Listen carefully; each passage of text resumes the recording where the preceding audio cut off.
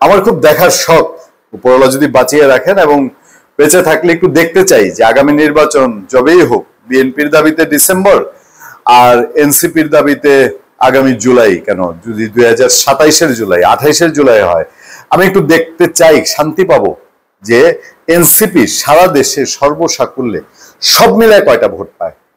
আরো 2 বছর সময় দিলাম ইলেকশনের জন্য, ইলেকশন পেছানোর জন্য ডক্টর ইউনূসের সরকার এবং ডক্টর ইউনূস নিজে স্বয়ং তো এই তার ছাত্রদের দলকে লালন পালন করে এনেই তো নির্বাচনে যেতে পারলে খুশি হতেন।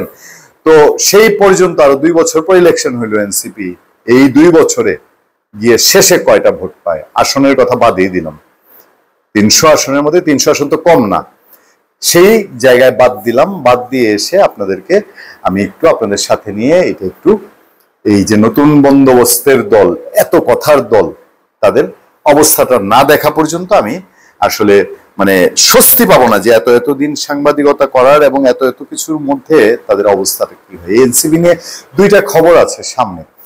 একটা হচ্ছে এনসিপি নাকি গোপনে গোপনে বিএনপির সাথে আসন ভাগাভাগির আলাপ করছে। কই যাবে বলেন? আর কোনো উপায় আছে? জামাতে ইসলামের সাথে আসন ভাগাভাগি এটা খুব ডিফিকাল্ট কেন? এটা জামাতের মানুষজন জানে। জামাত পালবে, ব্যবহার করবে এনসিপি কে, কিন্তু জামাত এনসিপি কে আসন দিয়ে দিবে, তার নিজের আসন নিয়েই তো ব্যাপার স্যাপার আছে, অনেক হিসাব আছে। হ্যাঁ, জামাতের কি আছে, মাসল পাওয়ার শক্তি আছে, সব একসাথে চলে আসে, শক্তি দেখায়, সেরকম একটা জায়গা আছে। বাট ভোটে বিএনপি কে, আওয়ামী লীগকে ডিফিট করে তারা 1 নাম্বার হয়ে যাবে। বাংলাদেশে আসন কয়টা সামনের দিনে সেটা ভিন্ন হিসাব, কিন্তু জামাতে ইসলাম প্রসঙ্গ না, প্রসঙ্গ হলো এনসিপি কে আগামীতে টিকতে হলে, বাঁচতে হলে, যদি বিএনপি কিছু একটু ছাড় দেয় কোনো কারণে, আবার ডাকছে তো বিএনপি কে যে তিনি আবার 2 তারিখে, জুনের 2 তারিখে আবার বিএনপির সাথে উনি বৈঠক করেন, 3য় দফায় বৈঠক। 3য় দফায় বৈঠক এই অর্থে যে ওই যে নির্বাচন ডিসেম্বরে না জুনে, এই হিসেবে 3য় দফা বৈঠক। তারপরে এখন আর কি হবে? এনসিপির সাথে বন্দোবস্ত, এরকম চেষ্টা এনসিপির লোকজন না করছে এরকম কিছু নাই। হাসনাত আব্দুল্লাহ খুব আবার বলছে যে না, যে এইরকম সোশ্যাল মিডিয়া যেসব ছড়ানো হয়েছে এটা একদমই ঠিক না, এনসিপির বিরুদ্ধে নির্বাচন পেছানোর অভিযোগে ভিত্তিহীন বলে জানিয়েছেন। সেই সঙ্গে জানিয়েছেন দল হিসাবে এনসিপির প্রধান লক্ষ্য হচ্ছে ওই বিচার সংস্কার এগুলা। হাসান আব্দুল্লাহ লিখেছে, সম্প্রতি আমরা লক্ষ্য করছি একটি দলের প্রধান এক অনলাইন টক শোতে মন্তব্য করেছেন, এনসিপি কিন্তু পর্দার অন্তরালে বিএনপির সঙ্গে সিট নেগোসিয়েশন করছে। আমরা হাইপোথেটিক্যালি ধরে নিলাম পর্দার অন্তরালে সিট নেগোসিয়েশন হয়ে গেল, একটা আন্ডারস্ট্যান্ডিং হয়ে গেল, তাহলে দেখবেন ডিসেম্বর না, সবাই সেপ্টেম্বরে নির্বাচনের ব্যাপারে রাজি হয়ে যাবে। তিনি আরো বলেন, আমরা উল্লেখিত রাজনীতিবিদদের প্রতি আমাদের সম্মান ও সৌহার্দ্যপূর্ণ সম্পর্ক বজায় রেখে বলতে চাই, বিএনপি এবং অন্য কোনো দলের সঙ্গে আসন ভাগাভাগি সমঝোতা হয় নাই, ঠাকুর ঘরে কেড়ে আমি কলা খাই নাই। যাই হোক, এনসিপি এমন একটা দল, বিএনপির নেতারা বলছেন, আপনারা দেখছেন না, গত রাতে আমরা একটা ইন্টারভিউ তুলেছিলাম, শামসুজ্জামান দুদুর বলছে যে এটা তো ইউনূস সাহেবের দল। তো সেই দল এই কথা বলছে। আমি আরেকটা দিকে একটু আপনাদেরকে নজর দিতে চাই। এই নজরটা হচ্ছে বাংলাদেশে পরীক্ষা যারা দেয়, শিক্ষার্থী, বৃত্তি পরীক্ষা ছিল আগে, তারপরে এসএসসি, এইচএসসি, তারপরে ইউনিভার্সিটি ভর্তি পরীক্ষা, এইসব ভর্তি পরীক্ষায় ডুপ্লিকেসি, নকল, সোজা বাংলায় ভুয়া কাজটা কে করে? মানে ভুয়া, ভণ্ড, এই সমস্ত কাজ কে করে? 2 নম্বরের কাজ কে করে?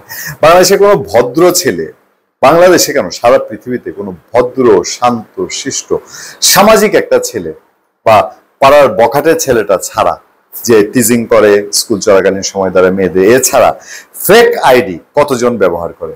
2টা ফ্রেন্ডের মধ্যে, সে ফ্রেন্ড যেরকমই হোক, যদি তারা কাপল হয় বা তারা ফ্রেন্ডসি হয়, অথবা যদি খুব ভালো বন্ধুত্বের জায়গা হয়, এক বন্ধু যখন আরেক বন্ধু সম্পর্কে বলে যারে এর কয়টা আইডি তার ঠিক নেই, তখন মানুষ কিভাবে নেয়? ভালোভাবে নেয়।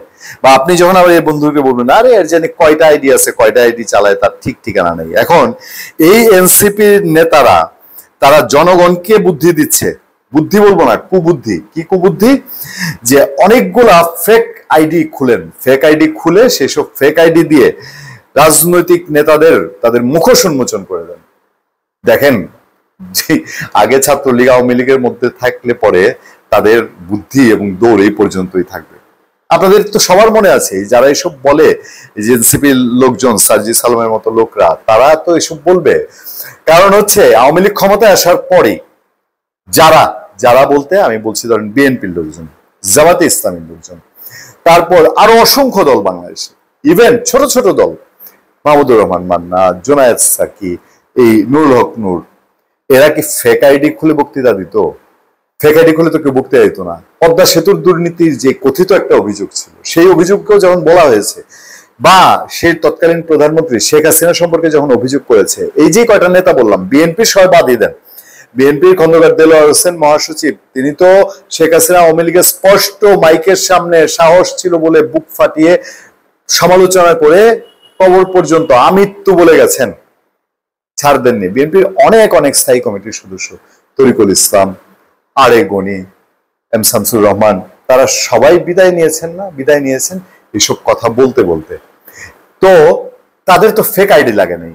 এখন সার্জিসদের কেন ফেক আইডি লাগে? সার্জিসরা বলছে তরুণ প্রজন্মকে সংঘবদ্ধভাবে ফেসবুকে ফেক আইডি খুলে তথাকথিত রাজনৈতিক নেতাদের মুখোশ উন্মোচন করতে হবে বলে মন্তব্য করেছেন এনসিপি উত্তরাঞ্চলের মুখ্য সংগঠক সার্জিস আলম। তিনি বলেন, ইয়াং জেনারেশনকে একটা গ্রুপ করতে হবে, 2 থেকে 4টা ফেক আইডি খুলে এলাকায় সোকল্ড নেতাদের মুখোশ উন্মোচন করতে হবে।